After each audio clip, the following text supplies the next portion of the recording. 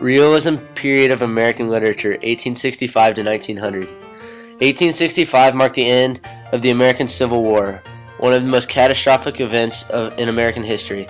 A total of 600,000 deaths were recorded, 2% of the population. This monumental occurrence began a new era in American literature. With the end of the Civil War came the want from society for a cultural change. The increasing of industrialization led to people moving towards cities and urbanizing. Authors from the rising middle class began looking at what was actually in the time rather than masking how the world was with nature and fantasy. As the dictionary defines it, realism is a matter of treating subject matter that presents a careful description of everyday life, usually of the lower and middle classes. Realist literature portrays things as they really are and what is really happening.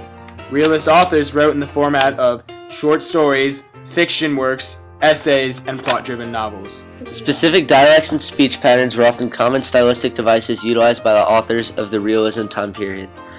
Conflict and the moral struggles of everyday life were also prevalent themes compared to the smooth-flowing poems that the Romantics used.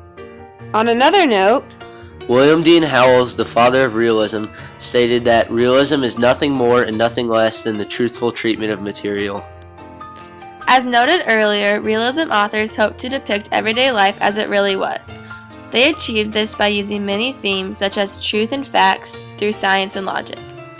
realists fill their writings with these facts about families, businesses, history, politics, or basically anything pertaining to their day-to-day lifestyle in order to make their reader believe that what they are reading is similar to their own particular lives.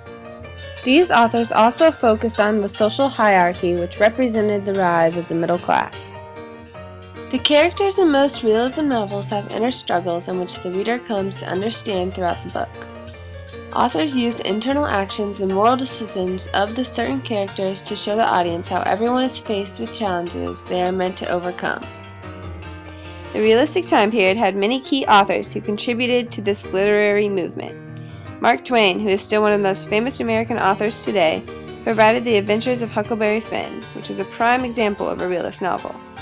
Charles W. Chestnut, who, in fact, attended Mark Twain's 70th birthday party, wrote novels and short stories about Southern social identity and conflicts of the South. Ambrose Bierce, a Civil War veteran and a fellow Indianian, wrote Chickamauga, which you have all read by now.